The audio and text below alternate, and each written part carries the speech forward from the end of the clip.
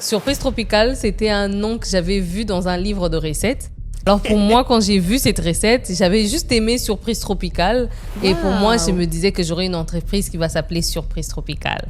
Je savais pas qu'il y avait un mot qui s'appelait entrepreneur. D'accord, Et donc, du coup, j'ai grandi dans cet environnement entrepreneurial et je crois que c'est cette flamme entrepreneuriale qui est en train de m'appeler d'une certaine manière. Généralement, quand on est aux humanités, on te demande qui tu aimerais devenir dans la vie. Alors, du coup, tout le monde veut devenir médecin, docteur. Et pourtant, en nous, peut-être, il y a un problème qu'on peut résoudre. Il faudrait vraiment éviter à poser des questions aux enfants. Qui tu aimerais devenir dans la vie? C'est mieux de te poser la question, quel problème tu aimerais résoudre dans la vie? Et juste, mon père a vu un programme en ligne de African Leadership Academy. Il m'envoie le lien, il me dit, écoute, essaye de postuler à ce truc, peut-être ça peut être utile pour toi. J'ai juste postulé, sans m'attendre qu'on va me sélectionner et tout. Et à l'époque, on devait sélectionner 20 entrepreneurs en Afrique de moins de 22 ans.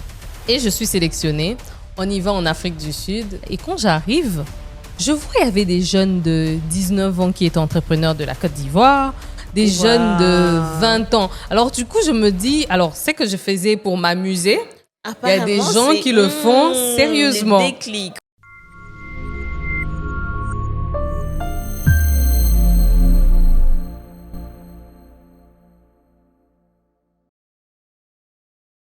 Bonjour à tous et bienvenue à ce nouvel épisode de Dare to Inspire.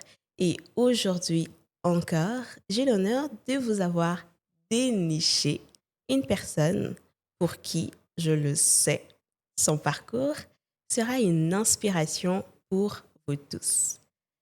Je ne vais pas faire durer les suspens, je vais vous présenter avec beaucoup d'honneur Bénédicte Kouvouna. Bonjour Bénédicte. Bonjour Sarah. Comment vas-tu? Merci, je vais très bien. Merci d'avoir répondu présente à notre invitation. Je suis très honorée de t'avoir ici. Alors, merci à toi pour l'invitation, pour cet honneur de me recevoir dans votre plateau. Alors, Bénédicte, je sais que plusieurs te connaissent, mais en mesure de protocole, je vais faire une présentation quand même pour le peu de personnes qui ne te connaissent pas. Alors, Bénédicte Kouvouna est une entrepreneure congolaise et fondatrice de Surprise Tropicale, qui est une entreprise dédiée à la valorisation de fruits et légumes locaux en fabriquant de jus naturels. En 2024, tu as été sélectionnée parmi les 20 meilleurs jeunes entrepreneurs africains du prix Andisha, où tu as bénéficié d'une reconnaissance internationale et d'une formation en business. Et en 2015, tu as rejoint en Italie une formation de master en innovation alimentaire qui renforce ton expertise dans le système alimentaire durable. Et ce n'est pas tout. Je ne vais pas m'arrêter là. Ce n'est pas tout. Aujourd'hui, je dirais que tu diriges non seulement l'entreprise Surprise Tropicale, mais aussi la fondation Kouvouna, qui forme le jeune au leadership et à l'impact social. Waouh! Tout ça, c'est ta casquette, faite. Waouh, je suis impressionnée. Merci. Merci pour cette longue présentation. C'est question, je ne vais pas tout dire, parce que s'il faut tout dire, oh là là, je pense que toute l'émission va s'arrêter uniquement sur ta présentation. Mais en parlant de cette présentation, on parle beaucoup de Surprise Tropicale. Qu'est-ce qui était le déclic pour toi, justement, pour lancer Surprise Tropicale? Qu'est-ce qui s'est passé? Alors, pour moi, comme je dis, la RDC, c'est vrai que beaucoup de personnes vont s'étonner, mais moi, j'ai dit toujours, la RDC, c'est un pays d'opportunités. Avant d'aller plus loin, laisse-moi te dire quelque chose. Plus de 85% d'entre vous qui nous regardent ne sont pas encore abonnés. Si vous aimez nos contenus et souhaitez nous soutenir, la meilleure façon de le faire, c'est de cliquer sur le bouton « S'abonner ». Pour moi, c'est une grande motivation pour me permettre de continuer à créer des contenus de qualité, mais aussi, bien sûr, de faire grandir cette chaîne. Merci du fond du cœur.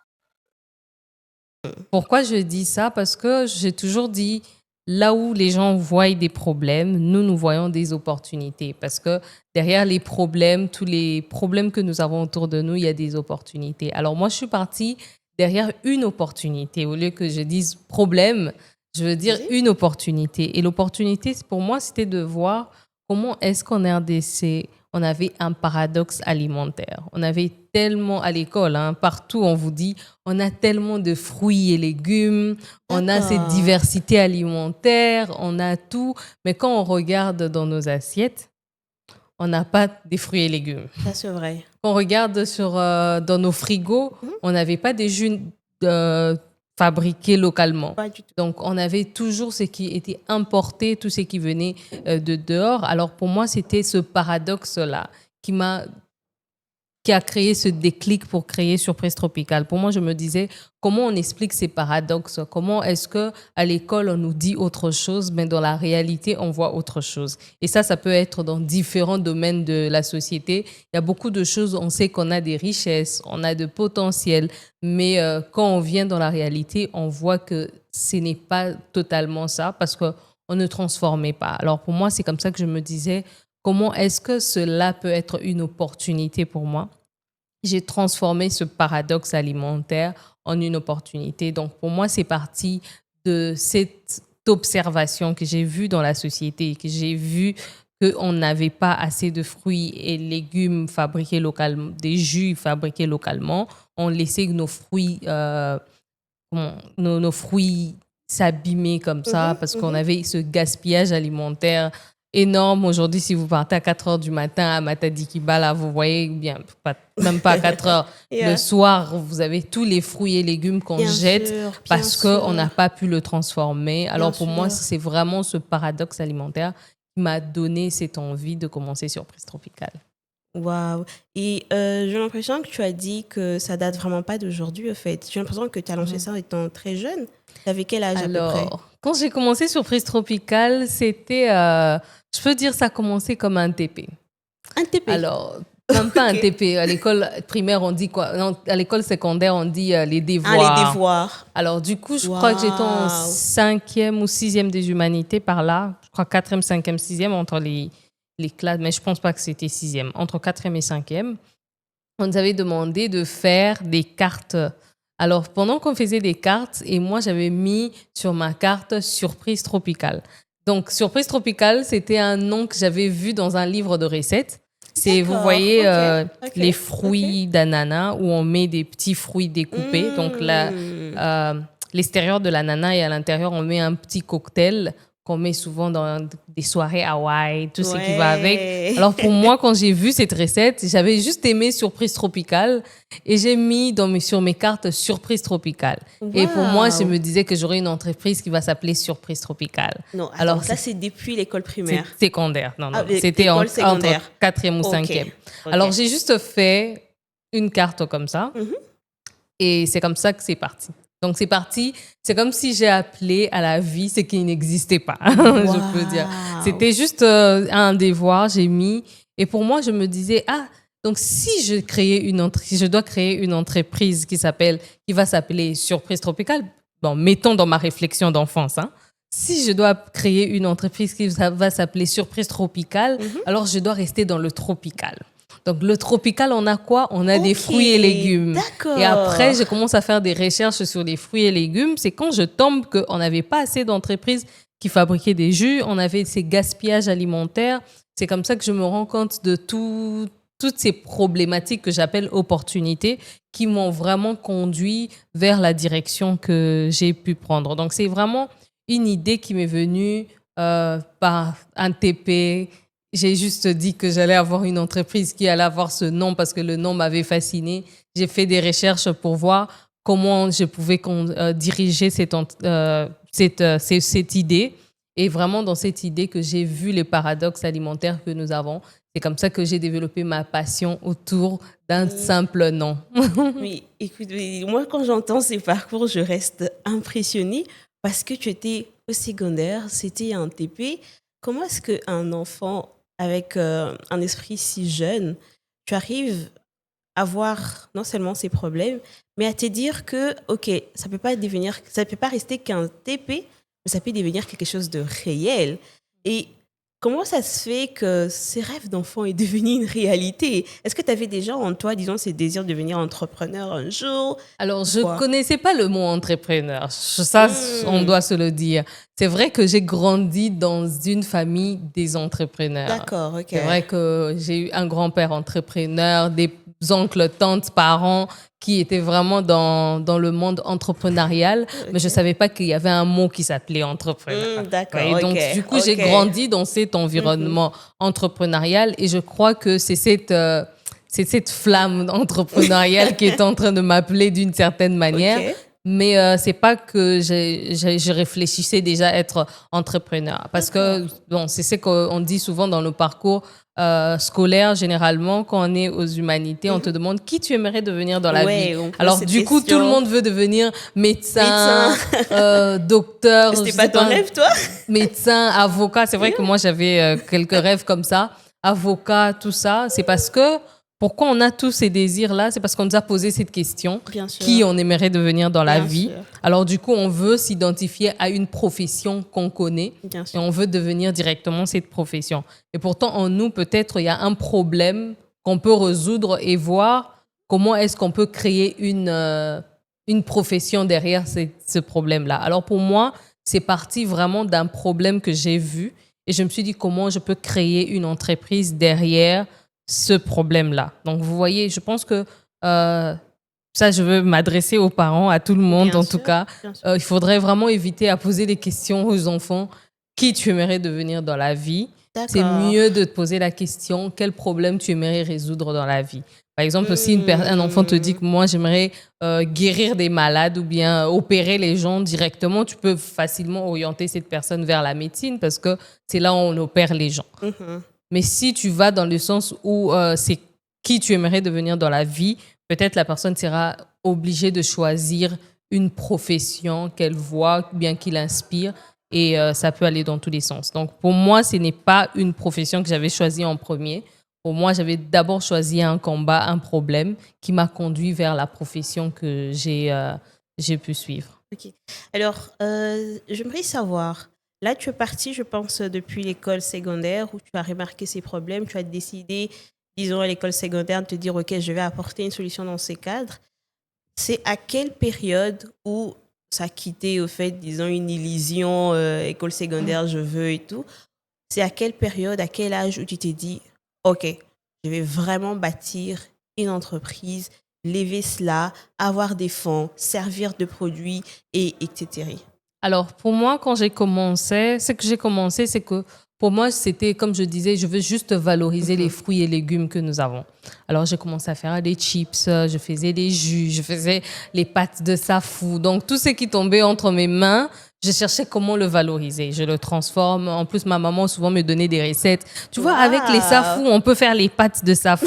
Avec les tarots, on peut faire les merci, chips. maman. Avec ceci, on peut faire... Au fait, on commençait juste à faire des expériences. Et après, quand il y a des événements, on va exposer, on va vendre, on va faire ceci. Alors, c'était vraiment pas ce que moi j'appelais entrepreneurial. Pour moi, c'était juste une activité que je faisais pour promouvoir les fruits et légumes qu'on avait. Bien sûr. Alors, du coup, après, comme vous avez vu, vous étiez en train de me présenter, c'est que j'ai fait un programme qui s'appelle Anzin Prize. C'est juste, mon père a vu un programme en ligne de African Leadership Academy. Il m'envoie le lien, il me dit, écoute, essaye de postuler à ce truc, peut-être ça peut être utile pour toi. Alors moi, je prends parce que mon père voyait déjà que j'avais cette flamme entrepreneuriale. Il me dit, bon, prends ce lien, tu postules. Je suis allée, j'ai regardé, j'ai trouvé que le programme était intéressant. J'ai juste postulé sans m'attendre qu'on va me sélectionner et tout. Et à l'époque, on devait sélectionner 20 entrepreneurs en Afrique de moins de 22 ans. Et j'avais moins de 22 ans. Exactement. Wow, J'avais moins de 22 ans. Ok. Et on sélectionne les jeunes. Et je suis sélectionnée. On y va en Afrique du Sud pour avoir une formation à African Leadership Academy sur l'entrepreneuriat. Et quand j'arrive, je vois qu'il y avait des jeunes de 19 ans qui étaient entrepreneurs de la Côte d'Ivoire, des jeunes de 20 ans. Alors du coup, je me dis, alors c'est que je faisais pour m'amuser. Il y a des gens qui le font sérieusement. Alors il y a eu ces déclics où je me dis, je ne veux pas me limiter à faire qu'une simple activité pour me faire plaisir. Il faudrait vraiment que ça se transforme en une vraie entreprise. Et c'est quand on faisait des formations, des business plans, tout ce qui va avec, j'avais l'impression que j'étais éparpillée. Je me disais, voilà, comment est-ce que je peux me focaliser, qu'est-ce que je peux faire, quelles sont les machines que je peux faire, acheter, quelles sont les formations que je peux suivre. C'est comme ça que j'ai commencé vraiment à me focaliser après cette formation-là. Waouh! Et quand même, j'ai envie de poser quand même une question, si tu peux aider, étant depuis très longtemps, parce que c'est depuis carrément 22 ans, 20 ans que tu t'es lancé dans l'entrepreneuriat, et ta marque fonctionne, en fait. Surprise tropicale fonctionne, elle vit et elle continue de fonctionner. Comment tu fais? C'est quoi ton secret, dis-nous, pour que ta marque fonctionne autant Alors, et continue? moi, ce que j'ai dit, la vision reste, mais il faut apprendre à pivoter. Ça veut dire que tu as essayé cette stratégie, ça n'a pas marché, tu peux changer des stratégies. Donc, pendant toutes ces années, j'ai beaucoup changé des stratégies. Ah, vraiment? J'ai commencé, comme je disais, je faisais des fruits et légumes, et puis découpés, après, et tout ça. Après, je me suis rendu compte qu'il fallait que je me focalise. J'ai changé, je me suis focalisée en faisant maintenant la livraison de paniers de fruits et légumes. J'avais beaucoup de clients qui achetaient des fruits et légumes, mais après, les clients se demandaient, bon, à un moment, imaginez, vous pouvez prendre toute une concession où vous livrez des paniers de fruits et légumes, et après, à un moment, vous vous rendez compte que, ouf, les clients ne viennent plus. Pourquoi? Parce que vous vous rendez compte que les clients commencent à se dire, mais moi, chez moi, il y a un problème d'électricité. Je vais acheter beaucoup de fruits et légumes. Je ne sais même pas qu'est-ce que je vais faire avec ces fruits et légumes. Alors, du coup, on se dit, bon, on va commencer à participer dans des expositions où on apprend aux gens comment faire de fruits et légumes. Et les salades de fruits, les jus. Donc, on a commencé à vendre des jus, des salades de fruits. Et ça a commencé à donner. C'est comme ça qu'on a pivoté encore. On a commencé à travailler. On a fait un bar à jus. Donc, c'était le premier bar à jus à Kinshasa, surprise tropicale. Donc, on a ouvert le bar à jus avec des partenaires. On a commencé le bar à jus. C'était un grand succès, mais après Covid, c'était pas évident de continuer. Donc, du coup, on a fait une pause et après, on a eu cette belle opportunité. Il y a une entrepreneur qui est passée aussi dans votre plateau qui m'a ouvert une belle porte aussi. Elle m'a dit non, il y a tel hôtel qui a besoin de fournisseurs de jus. Peut-être ça peut t'intéresser. J'ai commencé à fournir à cet hôtel. Puis j'ai eu mon deuxième hôtel. C'est comme ça que je changeais. Je suis partie de B2B au B2C. Ce qui fait que beaucoup de gens ont l'impression que Surprise Tropicale n'existe plus et pourtant on a juste pivoté les business models. On est passé de B2B au B2C. C'est vrai qu'on va revenir dans le B2B, mais avec également une autre stratégie encore. Donc du coup, ça veut dire que après un certain moment, je me suis dit qu'un entrepreneur doit passer par ces parcours-là. C'est que on nous apprend comment faire le business plan, mais le mieux, c'est de comprendre votre business model. Pour comprendre votre business model, vous devez passer par essayer quelque chose. Vous voyez que ça ne marche pas. Ça marche. Et moi, depuis que j'ai compris mon business model, je connais exactement quelle est ma cible, dans quoi est-ce que je dois focaliser mon énergie dans ce que je fais. Donc, je pense que je ne suis pas partie directement, tout était parfait. C'est vrai que j'ai appris à pivoter avec les réalités sur terrain. Moi, l'autre question quand même que j'aimerais savoir, c'est tu t'es quand même lancé dans l'entrepreneuriat en étant très jeune et je pense que ton entreprise a, disons, d'une certaine façon, vite décollé. Tu as su directement peut-être trouver comment changer de business model, trouver ta niche, t'es développé. Mais dans tout ça, est-ce que tu n'avais pas un peu peur en étant si jeune? C'est bien d'ailleurs d'être plus jeune. Pas un peu peur? Alors, c'est bien d'ailleurs d'être plus jeune parce que je pense que plus on grandit, plus la peur de risque augmente. Parce que maintenant, là, il y a des risques que je ne sais plus prendre.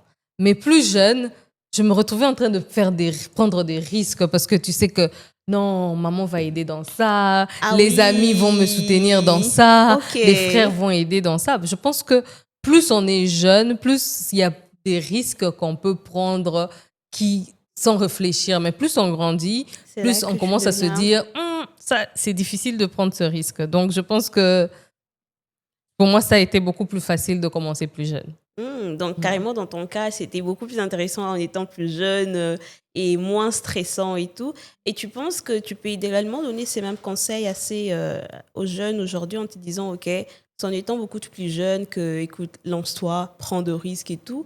Ou bien tu vas te dire, écoute, du calme, attends de grandir un peu plus.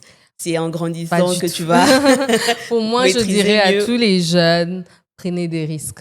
Ah, Prenez de risques que prenez vous des voulez. risques. OK. Bon, après, mesurez vos risques. Hein. C'est pas que je C'est dis vrai. aux gens, mesurez vos risques.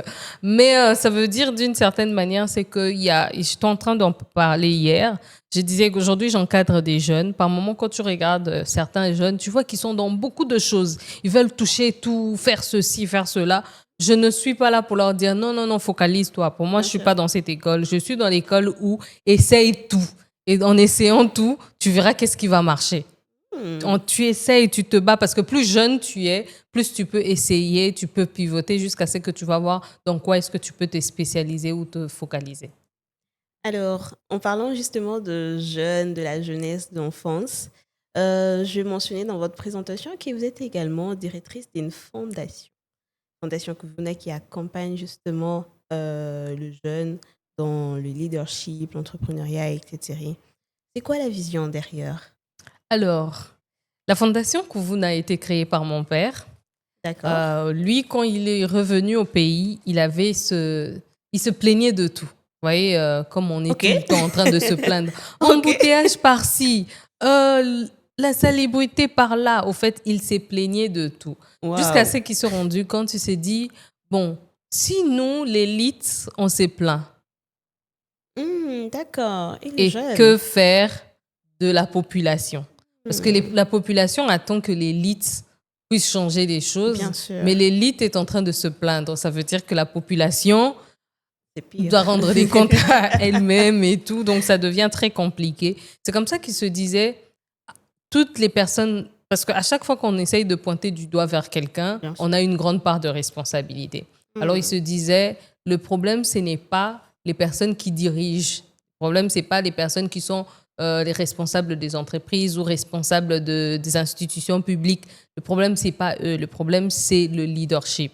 Comment créer une nouvelle génération de leaders qui peuvent prendre des décisions dans les années qui viennent. Waouh. Donc, c'était vraiment ce qu'il Waouh. avait eu comme idée, mais il y a très, très longtemps. Et donc, du coup, la vision de Kuvuna Foundation, c'est de créer une nouvelle génération de leaders pour se dire que le Congo de demain est assuré par des leaders qui vont prendre de rênes pour préparer la relève de leaders qui vont décider demain, que ce soit dans les entreprises publiques, que ce soit dans les entreprises privées, que ce soit dans le quotidien. Nous voulons créer une nouvelle génération des leaders et des entrepreneurs en République démocratique du Oui. Congo. Justement, pourquoi est-ce que toi, particulièrement, cette mission est importante pour toi? Pourquoi tu mets autant de ton cœur, autant de ton temps, autant de ton énergie justement à accompagner cette jeunesse? Alors, je suis une passionnée du Congo, une Ah. amoureuse du Congo. Ok, Et ok. il y a aussi mon côté panafricain aussi qui vient. Je suis passionnée de l'Afrique, du Congo. Pour moi, le Congo a besoin d'une nouvelle génération de leaders. C'est vrai qu'on ne va pas dire nouvelle parce qu'il y a déjà des leaders qui sont nés, il y a Bien sûr. déjà des leaders qui sont en train de faire des grandes choses pour ce pays. Et on se dit que pour moi, c'est quelque chose qui prépare la relève de 5 prochaines années, des 10 prochaines années, des milliers d'années. Et pour moi, c'est un appel. Pour moi, je me dis toujours que la jeunesse qui arrive, les leaders qui viennent, c'est pour préparer encore un meilleur Congo demain. Ok. Et c'est pas un peu difficile d'encadrer le jeune? Parce que le plus jeune, disons, prenant les 15 ans ou le 14 ans et tout, parfois ils sont indécis, parfois ils sont assez capricieux, etc. C'est pas un peu difficile pour toi d'accompagner, encadrer ce jeune? Alors, pour moi, si ce n'était pas une passion, je dirais que c'est difficile. Mais étant donné que c'est une passion, je ne sens pas ça comme un travail. Vous voyez, Ok, quand on fait ok. quelque chose, tu as l'impression que tu forces. Pour Bien moi, sûr. ce n'est pas quelque chose que je force. C'est quelque chose qui vient comme ça. Et par la grâce de Dieu, le Seigneur qui donne toujours des inspirations, des idées de comment est-ce que... Parce que de toutes les façons, ce n'est pas mon travail de, de faire que ces jeunes puissent être en action. Bien Nous, sûr. on pose des graines et on laisse le Seigneur faire son travail. Bien On sûr. laisse le temps aussi qu'ils grandissent et qu'ils font de l'impact. Et aujourd'hui, on voit beaucoup de jeunes aussi apporter de l'impact dans leur communauté, dans leurs projets. Aujourd'hui, vous pouvez aller, on essaye de partager un maximum de rapports, par exemple, dans nos social media. Quand vous partez, on partage un peu les expériences de certains jeunes. Vous allez voir, il y a beaucoup de jeunes qui impactent déjà dans leur communauté ou des jeunes qui sont passés par la Fondation Kouvouna impactés dans leur communauté. Comme moi-même, je suis fruit de la Fondation Kouvouna. J'impacte dans ma communauté. Donc, pour moi, je dis toujours que c'est pas que c'est difficile, mais nous, on pose des graines. Il y a des graines qui vont porter des fruits. Et comme il y aura aussi des graines qui ne pourront pas porter de fruits, mais nous, on fait notre part. Alors, Bénédicte, en t'écoutant, on a quand même l'impression que, entre guillemets, la vie était facile pour toi, au fait. C'est genre, si, écoute, tu Pas du avais 20 ans, tu étais très jeune, tu as directement trouvé ta voie et puis tu t'es lancé et tout. On a l'impression qu'il n'y avait pas eu de épines, au fait. Si tu veux quand même nous partager, pour toi, c'est quoi les plus grands défis que tu as eu à rencontrer, que ce soit avec, d'une part, Surprise Tropicale et d'une autre part, la Fondation? Alors, les défis, on a beaucoup. C'est pas que, Ah oui. c'est pas que tout est rose. Hein. On apprend beaucoup. Jusqu'à présent, il y a des challenges, il y a des difficultés. Mais comme je disais, les difficultés m'ont permis de pivoter. Par D'accord. exemple, à chaque fois que je pivotais, c'est que sûrement que j'ai rencontré un défi qui m'a montré. C'est comme ça que je suis allée dans mon mindset du départ qui dit toujours que je vois des problèmes comme des opportunités. Donc, à chaque fois qu'un problème se présente devant toi, tu te dis comment est-ce que ça peut être transformé par une opportunité. J'ai eu tellement de défis. Je donne l'exemple, une des choses qui m'avait quand même fait mal quand j'avais fermé Surprise Tropicale. C'est vrai que c'est un moment, c'est Ouais. le bar à jus qu'on a fermé. J'étais habituée à cette atmosphère d'être avec les entrepreneurs ouais. qui venaient Ouais. souvent prendre les jus, tout ce qui va avec. Mais quand il était question de fermer, c'était quand même J'imagine. dur. C'est vrai qu'en même temps, c'était un poids que j'étais en train d'enlever parce que j'étais fatiguée, j'étais épuisée. C'est J'étais pas épuisée facile. parce que tu Ouais. as beaucoup de tracasseries. C'était sur une grande route. Financièrement, je ne me retrouvais pas parce que je me disais, il faudrait, parce qu'après Covid, disons que quand on a commencé, tout était bien, c'était rose, on avait beaucoup de clients, mais juste après, on se retrouvait plus financièrement. Tu dois payer des gens, tu dois payer des dettes, tu dois payer tout ce qui va avec. Ok, Alors ok. du coup, ça m'avait créé beaucoup de pression et j'en pouvais plus. Vraiment, j'en pouvais plus. Je disais, j'ai juste envie de fermer. Mais au même moment, il y avait cette connexion émotionnelle que tu étais déjà attaché à ok. cet endroit, à ces lieux. Oui, Et ouais. c'était devenu très difficile pour moi. Donc, du coup, ça, c'est juste un exemple. Mais ça ne veut pas dire que tout a été rose. Mais il y avait eu aussi beaucoup de défis que tu rencontres où il y a des choses aussi que tu avais l'impression que moi, par exemple, le jour qu'on a ouvert le bar à jus, le premier jour du lancement, il y a les gens de l'État qui arrivent, qui disent non, il est où l'ouverture, le document de l'ouverture, l'autorisation Ok. d'ouverture. Oh là là, Je me rends ok. compte que je n'étais même pas au courant j'avais Genre, tu besoin l'avais pas, en fait. d'autorisation Ok. d'ouverture. Donc, du coup, je vais vite fait chercher un document. Je vais à, comment ça s'appelle au bureau où on devait avoir Ouais. ça. Donc, du coup, je me rends compte que je n'étais pas assez informée avant de commencer. Je faisais juste par passion, par envie, par plaisir. Mais je me rends compte qu'avant de commencer quelque chose, il faut s'informer. Bien Mais sûr. c'était un défi pour moi, mais ça m'a permis d'apprendre. Ça m'a permis de comprendre un peu aussi comment est-ce qu'il faudrait, avant de se lancer. Il y avait aussi beaucoup d'ambiguïté dans ce que je faisais aussi. Par exemple, tu te retrouves en train de collaborer avec des gens, tu te retrouves en train de prendre des décisions sans se retrouver en train de faire un papier pour signer. Pour moi, c'était genre juste tu vas faire plaisir. Mais après, quand tu t'es cogné sur le mur, tu te rends compte que non. Le problème, c'est que tu étais très ambigu dans tes ok, contrats. ok. C'était verbal Ok. et il faut apprendre à commencer à écrire prochainement. Quand tu dois te lancer avec un partenariat, il faut te retrouver en train de faire des petits de partenariats, des clauses, tout ce qui va avec, des contrats. Alors ça, ce sont des choses que j'ai appris en mécognant. Vous voyez, donc du coup, c'est D'accord. pas que tout a été rose, mais c'était une belle école pour moi d'apprendre. Ça continue à être une belle Bien école pour moi d'apprendre et en même temps de voir comment est-ce que le problème devienne des opportunités pour moi, que je peux nager dans ces opportunités. Mais si tu devais quand même nous partager ces points, comment est-ce que toi, tu t'es en sorti, disons, financièrement? Parce qu'ici en RDC, surtout pour lancer une entreprise, plusieurs jeunes, même ceux qui t'écoutent maintenant, ils vont se dire, écoute, moi aussi j'ai toujours eu l'idée de lancer ma boîte, mais c'est difficile. Où est-ce que je vais avoir de l'argent pour me financer? Comment je vais faire pour me lancer? Je sais qu'il y aura ceci. C'est quoi, en fait, ton conseil face à ces points, surtout par rapport à ton vécu? Alors, alors, comme je disais, quand j'ai commencé vraiment basique. Hein. C'est pas Ok. que j'avais besoin d'argent. J'avais juste D'accord. besoin. Maman, je peux avoir 2000 francs, je vais acheter les tarots, je fais les chips. Vous voyez, Ok, donc du coup, ok. ça ne demandait pas assez d'argent. Tu vas juste prendre 2000 francs, Ouais. l'argent par exemple qu'on peut tu peux utiliser pour payer ton transport, pour aller à l'université. C'est cet argent peut-être que tu peux utiliser, le même montant que tu peux utiliser pour faire les chips. Donc, D'accord. c'était vraiment un montant qui nécessitait pas grand-chose. Grand-chose, ok. Et après, avec le programme aussi, Anzisha Prize, on Ouais, nous avait donné exactement. 2500 dollars par personne. Ça t'a permis. J'avais 21 ans. Donc, 2500, je me retrouve C'était beaucoup millionnaire. d'argent. Donc, j'avais 21 ans. Pour moi, c'était beaucoup d'argent. Bien J'ai sûr. fait un programme aussi de Tony Eloumelou où j'ai eu aussi. Donc, pour moi, c'était chercher des opportunités, postuler s'il faut postuler. ok. Mais l'argent n'était pas pour moi le premier goal. C'est vrai que je voulais juste faire une expérience. J'étais beaucoup plus jeune. Je voulais juste des expériences. Je voulais juste créer une entreprise. J'ai appris que l'argent était important. Donc, Après, tu te rends compte, comment tu crées une entreprise sans argent? Ça n'existe pas. Ok. Donc, c'est vraiment au début, c'était vraiment ça, mon expérience. Mais voilà, donc vraiment, j'ai commencé dans ça. Et aussi, pour le bar à jus aussi, ce que j'ai eu à apprendre, c'est que apprendre à faire des alliances. Pour moi, les alliances, c'est d'accord. quoi? C'est apprendre à faire des partenariats.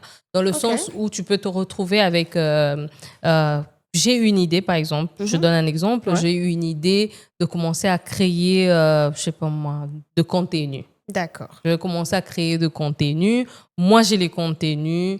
Moi, j'ai les matériels. J'ai les... comment ça s'appelle? J'ai les tout ce de qui va trépied, avec. de caméra et tout ça. Tout ça. Je peux faire un partenariat avec quelqu'un qui a la logistique nécessaire. D'accord, ok. Alors, du coup, moi, c'est comme ça que j'ai commencé avec le bar à jus. C'est que j'avais le projet, matériel. j'avais tout ce qui va, les matériels. J'ai eu à faire un partenariat avec quelqu'un qui m'a D'accord. facilité d'avoir Ok.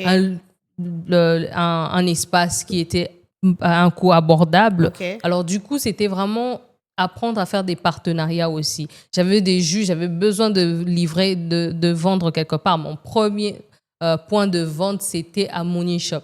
Donc, il y avait d'accord. quelqu'un qui m'a mis en contact avec quelqu'un pour mettre Ah ouais. le vendre devant Money Shop. Vous voyez, donc c'était vraiment apprendre à faire des partenariats avec des gens. C'est important. Ça veut dire que tu te construis un réseau de personnes qui t'aident à te connecter. Par exemple, une personne va te dire, écoute, moi j'ai ceci, toi tu as ceci, D'accord. voilà comment on peut faire. Ok. C'est là maintenant que j'ai appris aussi à écrire sur papier. Moi j'ai apporté la table, toi tu Ouais, as tu as appelé la apporté. télé, voilà comment est-ce qu'on va faire les choses. Voilà. Ça aussi c'est quelque chose que j'ai appris dans l'entrepreneuriat. On n'a pas tous besoin d'être millionnaire pour commencer, mais tu as quelque chose à apporter sur la table, l'autre a quelque chose, mais ça s'abîme souvent parce que on n'a pas été clair, on a laissé des ambiguïtés, l'amitié. Alors c'est bien de faire des alliances, les alliances dont je dis, tu apportes la table, l'autre apporte sa chaise, mais vous écrivez sur un papier. Moi j'ai apporté la table, Ok. ma table vaut 500 francs, l'autre Ok. dit moi j'ai apporté Ok. la télé, ma télé vaut 1000 francs et voilà comment on va travailler. Donc c'est important d'être beaucoup plus clair et c'est quelque chose aussi qui m'a aidé. Si aujourd'hui, disons, tu jettes un regard en arrière, est-ce que tu referais le même choix de créer Surprise Tropicale? Est-ce que tu en es fière, en fait, aujourd'hui? Ouais, je ferai le Tu ferais même choix. Tu regrettes pas un Je peu? ferai le même choix, je ferai aussi les mêmes erreurs. Ok. Parce que ok. ces erreurs m'ont permis d'apprendre. Peut-être si j'avais pas fait les mêmes erreurs, je n'allais pas apprendre. Exactement. Mais je ferai le même choix. En tout cas, parfait. Alors, Bénédicte, là, on arrive à une nouvelle phase de notre podcast. Là, nous passons sur notre rubrique qu'on appelle une question pour 15 secondes. Alors, je t'explique. Je vais te poser en gros 3 questions où tu n'as que 15 secondes pour y répondre. Je vais chronométrer. Si tu dépasses 15 secondes, je vais récupérer les secondes de passé sur la deuxième question jusqu'à la troisième question. Donc, tu dois faire de ton mieux de ne pas dépasser 15 secondes. La particularité avec ce jeu est que la première question ne vient pas de moi. C'est l'invité qui était justement avant moi, avant toi, qui a posé cette question pour toi, bien sûr, sans savoir qui étaient les prochains invités. Il a laissé cette question. Et l'invité qui a posé la première question, c'est justement Monsieur Eugène Candelo. Sur ce, on va certainement commencer avec sa question. Est-ce que tu es prête d'abord? Essayons. Alors, je vais d'abord prendre les chronomètres. Comme ça, je suis sûre que tu ne vas pas dépasser le 15 secondes. Alors, les chronomètres prêts. Et tu es prête aussi? On y va. Alors, je vais d'abord poser la question et puis tu n'auras que 15 secondes pour répondre. La première question. Qu'as-tu fait lorsque tu as obtenu ton premier $1000? Go. Oh. On recommence. Ok, attends. Attends, qu'est-ce que j'ai fait? Bon, voilà. Bon, attends, recommence. 3, 2, 1, go. J'ai acheté une machine qui ne m'a pas servi après. Ah, 6 secondes. Ah ben bravo. Alors, on va passer avec la deuxième question. Quel est ton plus beau accomplissement et pourquoi? 3, 2, 1, vas-y. Former ces jeunes et créer cette nouvelle génération des leaders que je vois tous les jours. 6 secondes aussi. Non, mais comment est-ce que tu fais pour prendre que de 6 secondes? Alors, la dernière question, j'espère qu'on va prendre plus de secondes avec celui-ci. Quelles sont tes 2 grandes valeurs pour lesquelles tu ne cesserais jamais de te battre? 3, 2, 1, vas-y. Le respect et l'amour du pays. 3 secondes et 55 tiers. Bravo. En tout cas, tu as répondu OK sur toutes les questions. Et ce qui est drôle, tu as même plus de secondes avec toi. Et je vais profiter de ce plus de secondes pour te demander pourquoi le respect et l'amour du pays? Alors, j'aime beaucoup le respect. Bon, commençons par l'amour du pays parce que moi, je suis d'avis, c'est que le Seigneur ne nous a pas créés dans un endroit par hasard. Bien sûr. Pour moi, si je suis au Congo, c'est parce que le Seigneur voulait que je sois au Congo. Ok. Et il a une mission précise pour moi au Congo. Bien sûr. Pour le Congo. Je peux être en dehors du Congo, mais pour le Congo, le Seigneur a une mission pour moi. Alors pour moi, c'est comme ça que j'aime mon pays parce que je me dis, le Seigneur m'a mis sur cette terre dans une saison comme celle-ci et c'est pas pour rien, c'est pas par hasard, c'est comme ça que j'aime mon pays. Je suis fière d'être congolaise. Waouh! Merci de le préciser. Merci beaucoup. Le respect, parce que j'aime beaucoup respecter les gens. Okay. C'est vrai qu'on n'a pas tous la même définition du respect. C'est vrai que ça nous est arrivé aussi de manquer du respect aux gens. Bien sûr. Mais pour moi, c'est quelque chose que je prends beaucoup en considération parce qu'on est humain. On a été créé à l'image et à la ressemblance des dieux. Alors, il faudrait prendre le temps de respecter la personne qui est en face de toi comme une créature merveilleuse de Dieu. Waouh! En tout cas, merci beaucoup, Bénédicte. On arrive pratiquement à la fin de notre podcast. J'ai juste 2 autres questions pour toi avant de te laisser.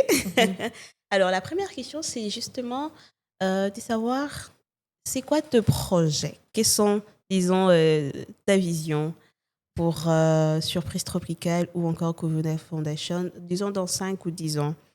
Qu'est-ce que tu vois? C'est quoi tes rêves pour ces 2 programmes, secteurs et entreprises que tu as? Alors pour moi, Covenant Foundation, comme plusieurs personnes le savent, on a un objectif d'atteindre plus de 2 millions de jeunes d'ici 2050. Wow. Alors, on a beaucoup d'activités qu'on fait. On a des camps de leadership qu'on fait chaque année. On a des programmes de mentorat qu'on organise.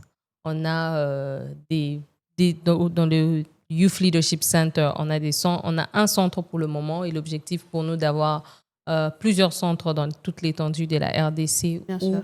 on encadre des jeunes en leadership et en entrepreneuriat, où c'est vraiment un environnement où les jeunes viennent vraiment apprendre et être dans cet environnement de leadership. Wow. Et pour moi, c'est vraiment de voir tous ces jeunes qui passent par la Fondation Kouvouna devenir des acteurs du changement.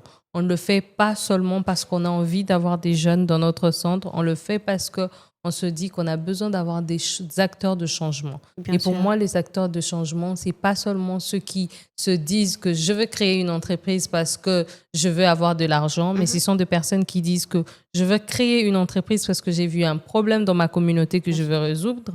On ne veut pas juste avoir des personnes qui vont se lancer dans la politique parce qu'ils disent que je veux devenir influent, qu'on me connaisse et qu'on me respecte dans la société. Mais on veut voir des personnes qui ont dit j'ai vu tel problème dans mon pays, je me lance dans la politique pour changer ce problème-là. Alors c'est pour nous, c'est vraiment pour moi de voir ces jeunes dans 10, 15 ans, d'avoir plusieurs jeunes qui vont avoir un mindset de change maker, je peux dire. Et pour Surprise Tropicale, Et qu'est-ce qu'on pour voit dans Surprise 10 ans? Tropicale, dans 10 ans, je veux beaucoup plus voir des jus Surprise Tropicale en Waouh, physique. C'est vrai waouh. on est allé dans les B2B où les gens ne voient pas nos jus, mais sachez que ça existe partout. Mais vraiment, on aimerait aussi aller dans l'autre gamme de B2C pour que qu'on puisse avoir une nouvelle marque qui peut être sortir sous le label de Surprise Tropicale ou non, mais Ouais. ça reste l'entreprise Surprise Tropicale. Et ma dernière question, et j'aimerais qu'en le répondant à cette question, tu peux se regarder directement à la caméra et de savoir que conseillerais-tu aux jeunes Congolais qui aspirent à être de leaders et entrepreneurs, aux parents congolais également qui veulent que leur enfant soit de leaders et entrepreneurs? Alors, je suis dans l'école où je ne demanderai pas aux gens réveille-toi, deviens entrepreneur. Je ne serai pas là en train de te dire réveille-toi, deviens médecin. Pour moi, je veux dire, je crois que je l'ai dit dans mes mots, j'aimerais dire à toutes les personnes, c'est que vous avez une responsabilité. Votre responsabilité, c'est de créer un changement dans votre communauté. Tout ce que vous voyez comme défi, tout ce que vous voyez comme problème, c'est une responsabilité que vous avez pour apporter le changement. Et à chaque fois que, je ne sais pas si ça arrive à tout le monde, à chaque fois que moi je chante l'hymne national, j'ai plusieurs fois des larmes. J'ai plusieurs fois, Wow. c'est des larmes parce que je me dis que on doit apporter des changements, on Bien doit sûr. apporter beaucoup de réformes. Bien sûr. Mais cela ne viendra pas par nos critiques, cela ne viendra pas par nos plaintes, parce qu'on se plaint tous les jours, mais cela viendra par un jeune qui se lève, qui dit qu'aujourd'hui je me lève, je deviens un acteur du changement. Aujourd'hui, je vois l'insalubrité autour de moi, je me dis je veux créer quelque chose, parce que nous avons la responsabilité de changer les choses. Alors moi, j'appelle tous les parents, tous les jeunes à devenir des change makers. Et c'est ça mon combat de tous les jours. Et je sais que vous allez devenir des acteurs du changement dans votre communauté. Merci beaucoup, Bénédicte. Quel beau message. En t'écoutant, moi-même, j'ai été, disons, touchée. Et je crois que plusieurs parmi nous, plusieurs qui nous suivent actuellement, sont également touchés et inspirés par ces magnifiques messages. Alors, Bénédicte, nous arrivons à la fin de notre podcast. On va déjà se séparer. Et avant de finir, bien sûr, je te présente le livret d'or. Ce livre, bien sûr, où chaque invité laisse la première question de notre rubrique. Alors, je vais juste te demander, à ton tour aussi, de poser une question au prochain invité que tu ne connais pas, bien sûr, et sans oublier que cette personne n'aura que 15 secondes pour y répondre. Donc, je vais te passer cela.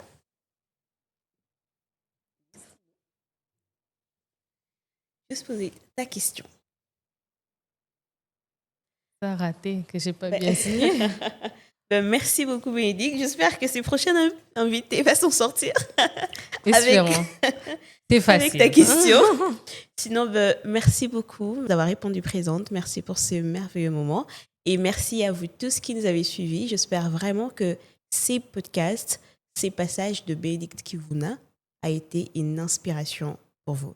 N'hésitez pas de poser des questions en commentaire et bien sûr de laisser, de désir si vous voulez voir telle ou telle autre personne passer et vous partager son parcours. Merci à tous et merci Bénédicte. Merci Bénédicte Kivuna, pas Kivuna. Eh my God!